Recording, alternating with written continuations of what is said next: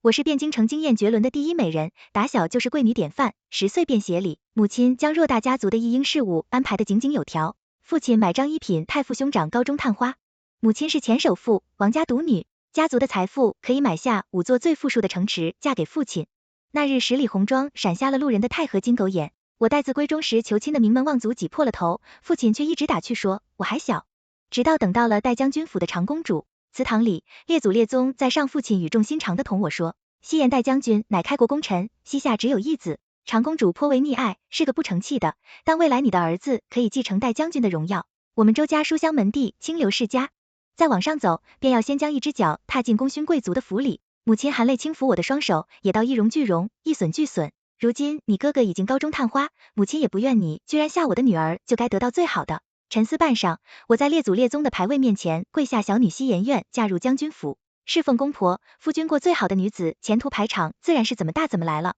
而作为清流世家的周家，在这场盛世婚礼中，能让人记住的便是抬了3天3夜的10里红妆。我被按部就班带着走了1天的流程，等闲下来的时候，就已经坐在新房里了。戴坚掀开我的红盖头的时候，我羞涩一笑，京城有名的风流人物果然生了一张好相貌，如此一来，日后我的孩子定然也不会愁。本来这场亲事就是一场经营，既然要嫁比勋贵好看的勋贵，自然是更让人舒心。戴坚却是一愣，朝我像模像样做了一揖，温尔雅道，我竟不知娘子生的这样一副好容貌。我浅笑嫣然，红了脸庞柔声道了一声夫君。红烛摇曳，戴坚在我身旁坐下，熟练的抚上我的脸颊。半夜时分，在坚睡得正香，我拢着衣襟，悄悄从床上爬起，正欲修剪红烛的烛心。嬷嬷曾对我说过，这新婚夜里的红烛要燃上1晚上，才代表夫妻和睦长长久久。我年岁尚小，还有几分女儿家的心思，多少对戴坚还抱有期待，说是能够与他琴瑟和谐，虽是一场经营，但也算不得多累。只是这红烛不知怎的，夜里突然跳了几下，腻了。新婚后，我勤勉复礼，兢兢业业打理将军府的账目和人事，同时特别注重人前的穿着品味和经营贵女圈的茶会赏花，人缘很不错，孝顺公婆，细心周到，贵女应有的礼仪和本分我都做到极致，简直是24孝家出的厅堂好媳妇。公婆对我十分满意，长公主带我进宫拜见了太后，我用自己绣的一幅百鸟朝凤图，哄得太后喜笑颜开，又赏赐了将军府很多恩典。回门那天，戴坚在我父母那里用了午膳回将军府的马车上，他拉着我的手温柔道，夫人在与你成亲之前，我在外头养了一女子，做外室，唤作佳娘，她温柔善良，是个好相处的。在戴坚的手上轻抚，貌似苦恼道，夫君你我夫妻一体照料妾室，让后宅安宁，是我分内之事，只是你我刚成婚，匆忙将她接进来，她是于夫君，名声不好，况且你也知道父亲的脾气，他这1月都不会出京呢。戴坚皱眉逆着，我似乎在寻思我的话外之音，我又继续道，夫君放心，我定会将他接进府中，只是多给些时日，也好让我给他安排个体面的身份，届时进府抬他做个贵妾。夫君觉得如何？戴坚的眉头终于舒展开了，他攥着我的手激动道，夫人的安排很好，我待字闺中的时候便将这事打听清楚了。这位佳娘不过是位越级贱籍女子，想入将军府，即便错误拖延时日，自然是也有自己的打算，因为我的孩子必须是将军府的嫡长子。事到如今，夫妻恩爱，琴瑟和谐，我可以不要因为我嫁进来本就是为了别的让步，是不可能让步的。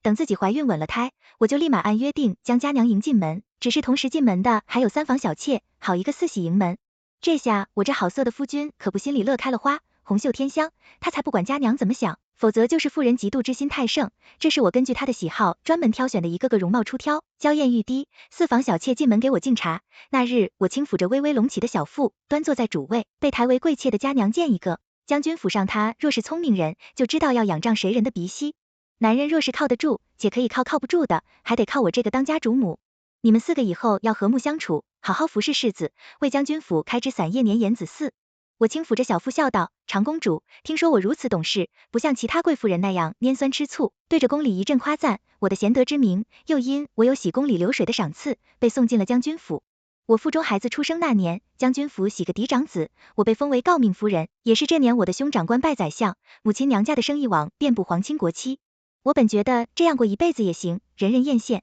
我命嬷嬷将孩子抱下去，佳娘已经怀孕2月，看待她腹中孩子的份儿，我对她多加照看，你怀有身孕，我允了你，不必日日来请安，怎么想着又来了？我靠在躺椅上懒洋洋道，佳娘咬着嘴唇，拧着腰肢上来给我奉茶。这2年我恩威并施，府中上下无人敢对我不敬，夫人世子在外头的事情您听说了吗？佳娘恭敬立在一边，吞吞吐吐道：“我命人给他搬来椅子，有些不耐倒柿子，不过是爱留莲花丛。如今你腹中有了孩子，安心养胎生下一儿半女之后，也算是有了倚仗。可这些道理并不是每个妾室都懂。”他又红着眼睛道：“夫人，前几日兄长着人来传话，如今代将军已经被召回京城。据说皇帝虽感念他护国有功，但亦忌惮他功高盖主此次回京，大概之后只能当个闲散将军爷了。而且我也知道，早年代将军征战沙场，早就落下了病症，身体不大好。这种情况下，代监还在朝中没得一官半职，待将军一走，将军府就是只有爵位，没有实权的。其实长公主说是长，不过也是就是别的不受宠，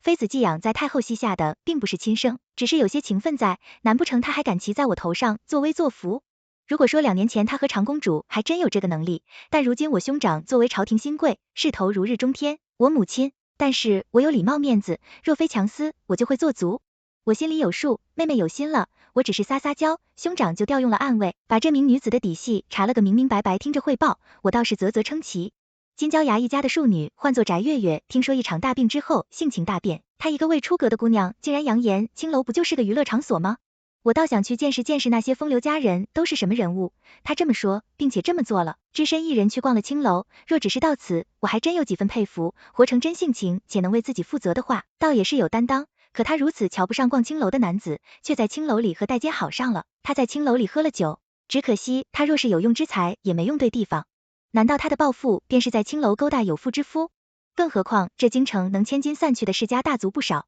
但区区衙一家还真不算。难道他要散代监的钱财？这就得问问我同不同意了。后来又传出更让人难以置信的，他与代监泛舟湖上当众亲吻，在船板上滚作了一团，两岸围观的百姓指指点点，为人母的都捂住了孩子的眼睛。他却高喊道：“你们这是愚昧，我的身体怎么支配是我的自由。”我真的觉得他可能在那场大病中烧坏了脑子，毕竟作为庶女，她的自由还得衙一家的当家主母说了算，对于脑子不清楚的，起来和蔼可亲，但双眼里藏不住的算计，只一眼，我便明白了这其中的弯弯绕绕。衙役夫人对我微微弯了弯身子，笑眯眯的和我套近乎。戴夫人刚生完孩子便恢复的这么好，果然是将军府的风水养人哟。我端坐在椅子上，身形未动，只是笑道：“翟夫人竟然郑重来拜访，便依了规矩，给我行个大礼吧。毕竟我是一等宫将军府的世子，夫人更是圣上亲封的诰命夫人。”衙役夫人脸色一僵，尴尬的将套近乎的神色收了起来，颤颤巍巍朝我行了大礼。我这才摆摆手，让人自作看茶。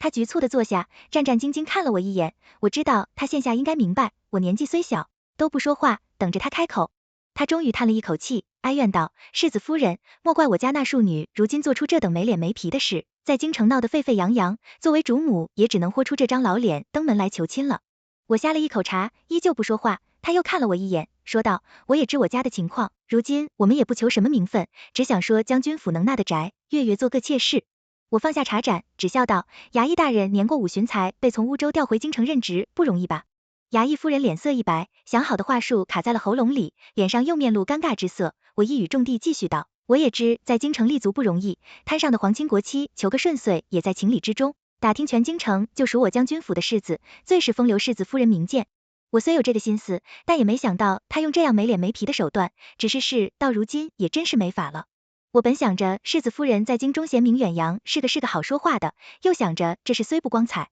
我家世界是小，但将军府为了概念名声总会出手，如今被世子夫人识破，此事便再也不提了。我回去就将那丫头乱棍打死，想必日子久了，这事儿也就平了。翟夫人跪在我面前，声泪俱下，看上去比刚进门老了10数岁，连她作为当家主母的不易，我让绿蝶将她扶了起来。我慢悠悠道：“翟夫人倒也不必如此，你翟月月9品官员庶女的身份，我抬她做过测试也未尝不可。”我顿了顿，但是将军府也是有头脸的人家嫁妆吗？翟夫人抬眼瞅我，她可没想到这出居然还要嫁妆奶奶个娘哀。不过她也是个混众母的，多少收到点风声，知道将军府最不差的就是钱财了。那我既然张口了，肯定所谓不是这个。他豁出去对着我一拜，道：“世子夫人想要什么，不妨直说。”听闻翟月月在坊间作诗数首，又去城东的胭脂铺子卖过什么口红香皂的秘方，我一有所指道，翟夫人连忙点头道：“对对对，那场大病醒来后，他满脑子都是这种奇奇怪怪的想法，可城东那家胭脂铺子根本没买他的呀，那家胭脂铺子可是京城最大的谁？”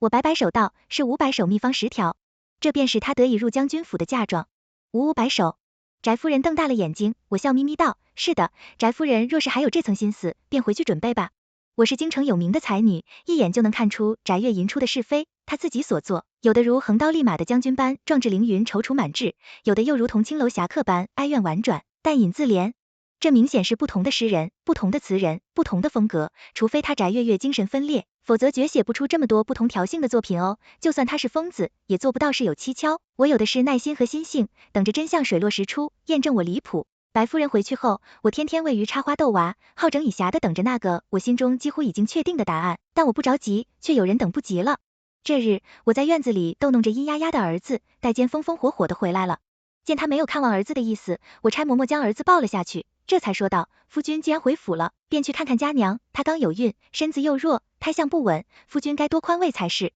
戴坚盯着我张了张嘴，最终说道：好，我一会儿去。我不禁苦笑，家良毕竟曾经是他的心头好，我嫁入将军府第3天，便求我将他接回府中，如今让他看一眼都是如此勉强。待我回过神来，见戴坚还没有走，时间从身后按住我的肩膀道：夫人最是通情达理，我与牙医家的2小姐翟月情投意合，此生非她不可。我笑笑，将一盏茶递给他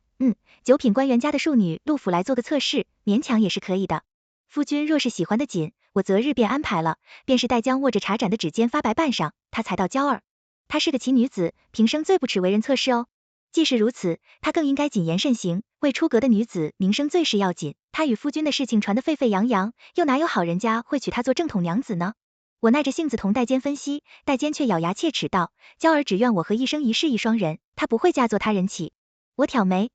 上亲是我本没有对戴坚有过多期待，但如今还是不免觉得心寒。他在我这明媒正娶的妻子面前说要和其他女子一生一世一双人，怎么他想同我和离？可如今的他配吗？只要他敢。戴坚看着我柔柔的语调，却一个字一个字冰冷的话，好像没料到我竟是个不好惹的。毕竟古代以服为纲，我一向恪守规范，大气妥帖，面上都是俯首帖耳的，他觉得拿捏我是可以的。没想到吧，我晨昏定省给婆母敬茶闲聊时，长公主一脸疼惜惜言，都怪我养着她无法无天，肆意妄为，才被外面的狐妹子骗了去，苦了你了。我紧咬嘴唇不搭腔。长公主又道。公主一愣，狐疑的看着我，问道：好儿媳，你是认真的？我笃定的点点头，继续道：世子的性子你也知道，许是近来便没有那般喜爱了，况且他现在毕竟是世子的心头肉，世子又是我的夫君，我也心疼他受着相思之苦。长公主抹了抹泪，欣慰道：我那日登门求亲，只知你温柔贤淑，治家有方，现在才知道你还有这玲珑心思，我真是没看错你。他抚着我的手又道：你且放心，在将军府没人能撼动你的地位。从长公主那出来，我拐道去看了戴坚，他被抽了一顿鞭子，正趴在榻上鬼哭狼嚎。见我来了，婢女急着通报，我却拦住了他，从他手中接过药膏。戴坚一愣，扭头看我又扯着伤口，我按下他，继续给他上药。夫君，你我成亲以来，我几时没为着你着想，即便是夫君一片痴心，也要想想将军府的立场。母亲要我无声无息将他处理了。戴坚激动之下，差点要来扇我的嘴巴。我垂眸话锋一转，我特求了母亲抬他做测试夫君，这已经是最好的结果了。戴坚长舒了一口气，其实他心里也无所谓，正是妾室吧，是他的女人就行。他得意的嘴角明显压不住有其如此待某之福也。翟月说，不愿为人测试，但终究是自己做不了主。正好这日我娘来看我，众没道这女子不像是个省油的灯。日后我将几张宣纸放在娘亲面前，娘亲眼睛一亮，啧啧称奇，这你从何而来？一旦我们做出来，必定风靡京城贵妇圈啊！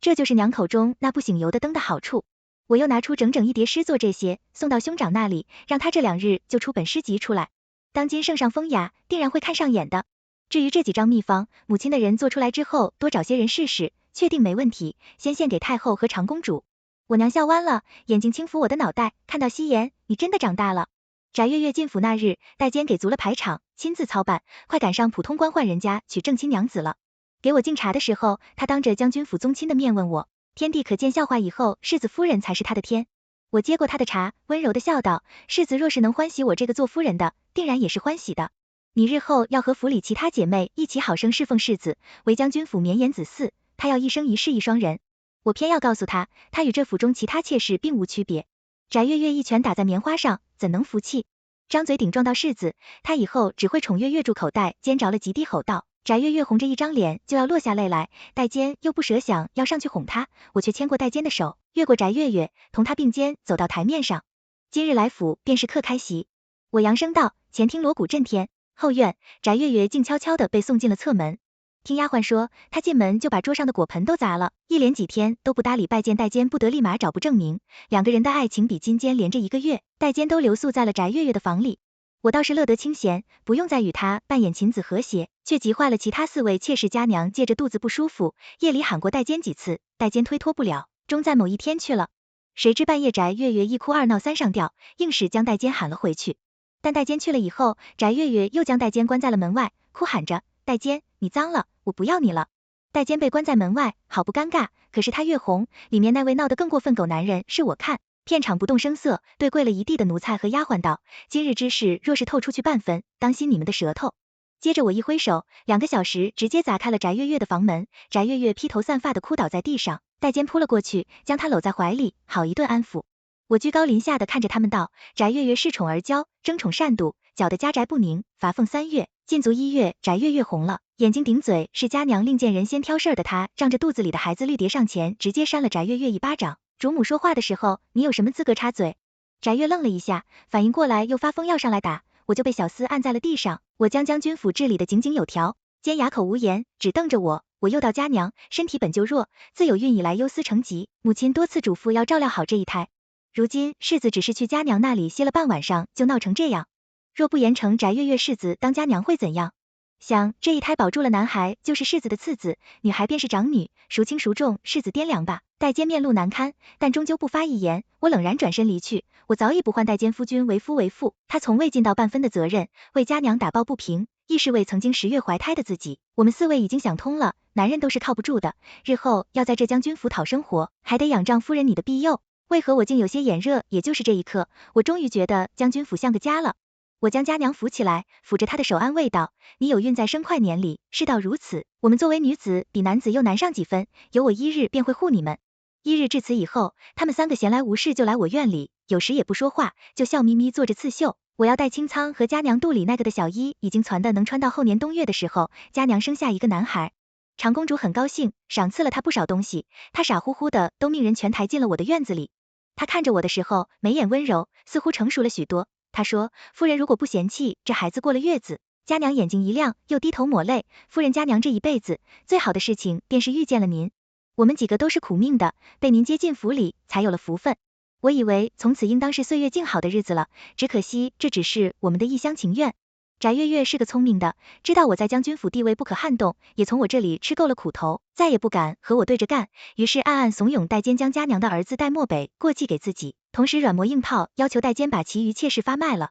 守着自己一个表忠心。我真的很烦冬天的炭火盆一亮一亮的，什么烂人烂事，怎么就会心狠如此？同样是妾室，怎么这么不给人活路？被发卖的妾室就是货物。现在家娘已经将孩子生了下来，你们也该放心了。将钥匙测试在膝下无子，过继过来也是抬了那孩子的身份，我自亲自教导他们，3个不过是妾室，也是你纳进来的，生气在你手里，你再发卖出去，给他们一笔银子，也不是什么大事。从此以后，将军府里只有你与娇，你管理起来也轻松许多，我也是替你着想。戴监在屋内踱步，义正言辞的在教我做事，家娘曾经也与他海誓山盟，轰轰烈烈过，如今怀胎10月，为他带下一子，却落得个随便发卖掉的下场。而另外3个妾室进府的时候，也是极为讨他欢心的，而这个昔日的枕边人，连个安身立命的地方都不愿给他们了。戴监这头在同我吩咐，家娘还刚过了月子，家娘匍匐在地，声泪俱下，世子，你若是想将我的孩子给那个星号养，不如直接将我打死，但我做鬼也不会放过你们。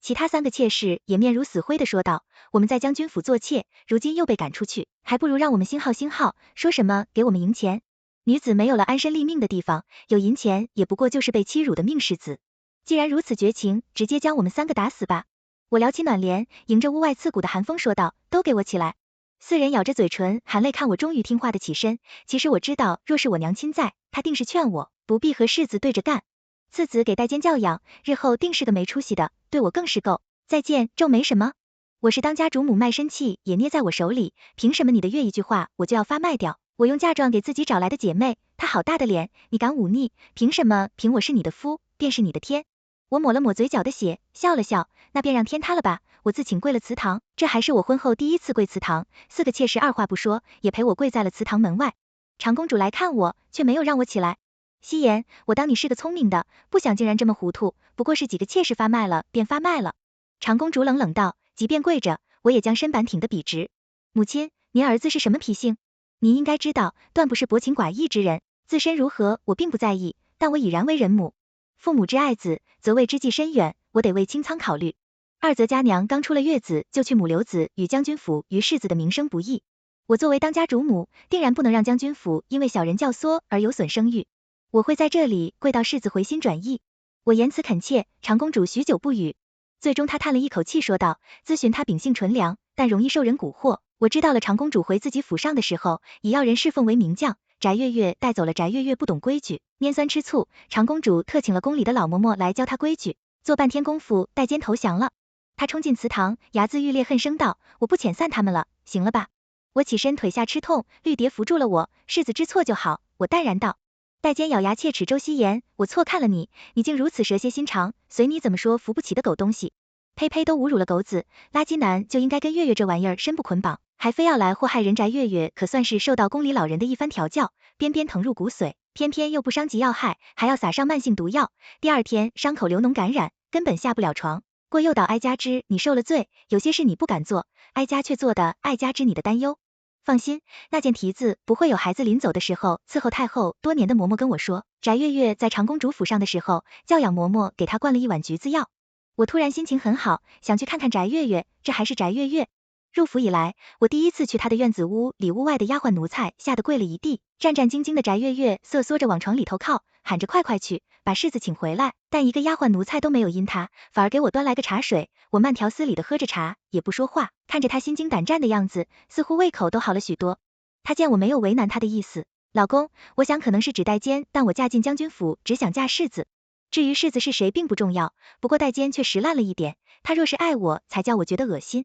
而我的儿子会继承戴将军的衣钵，封侯拜相，独当一面。翟月月又补充道，你知道戴坚为什么不喜欢你吗？你眼里都是欲望，只有我满心满眼里都是他，我只要他一人，他也只要我。我觉得好笑，那就祝你们一生一世一双人哦。伟大的爱情。1个星期后，戴坚真的带着翟月月私奔了，留下一封书信说要去大草原。我到现在才意识到，翟月月可能真是个奇女子，难不成是懂得巫蛊之术的妖女，给盖坚这狗男人灌了迷魂汤？盖坚作为将军府的世子，上有父母，下有良子，他不孝顺父母，不教育子嗣，居然要带着一个侧室浪迹天涯。这时闹得京城沸沸扬扬，我和戴将军、长公主3人已经成了全京城同情的对象。戴将军一病不起，长公主一夜白头，竟有要陪戴将军离去的心思。戴坚可以不孝父母，但我成了将军府的勋贵，却做不到不孝顺公婆。我将将军府托付了家娘去长公主府伺候公婆，戴将军刚毅的脸上满是衰败之色。他跟我说，儿媳，我那不孝子，害苦了你我以上奏圣上。